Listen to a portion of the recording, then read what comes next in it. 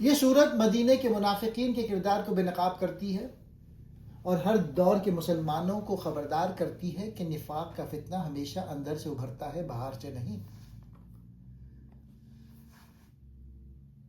سورۃ المنافقون کا بنیادی پیغام یہ ہے کہ نفاق امت کی سب سے خطرناک اندرونی بیماری ہے جو دین کے اجتماعی نظام کو اندر سے کھوکھلا کرتی ہے۔ ڈاکٹر اسرار کے مطابق یہ صورت اسلامی تحریک کے کارکنوں کے لیے وارننگ ہے کہ وہ نفاق کی علامت کو پہچانیں اور اس سے بچیں۔ پہلا پوائنٹ، یہ صورت مدنی ہے، یعنی اسلامی ریاست کے قیام کے بعد نازل ہوئی۔ مدینہ میں منافقین کی ایک منظم جماعت موجود تھی جس کی قیادت عبداللہ بن ابیہ کرتا تھا۔ ڈاکٹر اسرار کے مطابق یہ صورت سیاسی نفاق کو موضوع بناتی ہے، وہ نفاق جو جماعت مومنین کو نقصان پہنچانے کے لیے ہوتا ہے۔ دوسرا پوائنٹ، منافقین کا حلیہ اور نفسیات۔ آیت نمبر 4 کی تشریح میں ڈاکٹر صاحب منافقین کی دو نمایاں صفات بیان کرتے ہیں۔ پہلی، خوش نمائی۔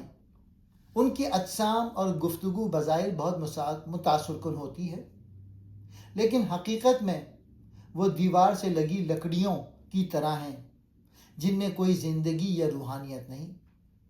دوسرا، بزدلی۔ وہ ہر شور یا آواز کو اپنے خلاف سمجھتے ہیں۔ ڈاکٹر صاحب فرماتے ہیں کہ چونکہ ان کا ضمیر ملامت کرتا ہے اس لیے وہ ہمیشہ خوفزدہ رہتے ہیں۔ تیسرا پوائنٹ، اللہ کی راہ سے روکنا۔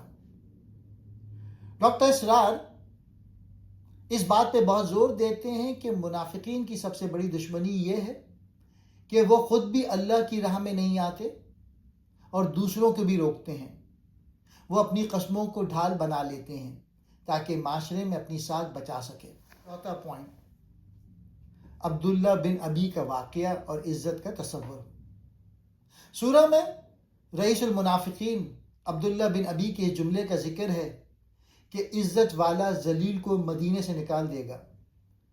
ڈاکٹر صاحب یہاں عزت کے قرآنی تصور کی وضاحت کرتے ہیں کہ عزت نہ مال میں ہے نہ اقتدار میں، بلکہ عزت تو صرف اللہ اور اس کے رسول صلی اللہ علیہ وآلہ وسلم اور مومنین کے لیے ہے، لیکن منافق جانتے نہیں۔ پانچواں پوائنٹ، مال اور اولاد، ایمان کے لیے آزمائش۔ سورہ کے آخری حصے میں اللہ تعالیٰ مومنین کو براہ راست مخاطب کر کے خبردار کرتا ہے کہ تمہارے مال اور تمہاری اولاد تمہیں اللہ کے ذکر سے غافل نہ کر دیں۔ ڈاکٹر صاحب کے نزدیک ذکر سے مراد یہاں صرف تسبیح نہیں بلکہ وہ مشن اور مقصد ہے جس کے لیے مومن کو پیدا کیا گیا ہے۔ اگر انسان دنیا کی محبت میں اپنے مقصد زندگی کو بھول جائے تو وہ خسارے میں پڑ جاتا ہے۔ یہ پوائنٹ، مومنوں کے لیے ہدایت، نفاق سے بچنے کا طریقہ۔ آخر میں اللہ مومنین کو 3 ہدایت دیتے ہیں۔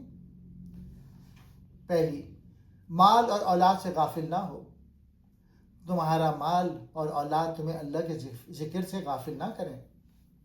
ڈاکٹر اسرار کے مطابق نفاق کی جڑ دنیا کی محبت ہے۔ جو شخص دنیا میں کھو جائے وہ آہستہ آہستہ نفاق کی طرف بڑھتا ہے۔ دوسرا، اللہ کی راہ میں خرچ کرو۔ خرچ کرنا دل کو پاک کرتا ہے، بخل نفاق کی علامت ہے۔ تیسرا، موت آنے سے پہلے عمل کرو۔ موت کے وقت انسان کہے گا اے اللہ مجھے تھوڑی مہلت دے دے، مگر مہلت نہیں ملے گی۔ یہ آیت مومن کو عملی ایمان کی طرف بلاتی ہے۔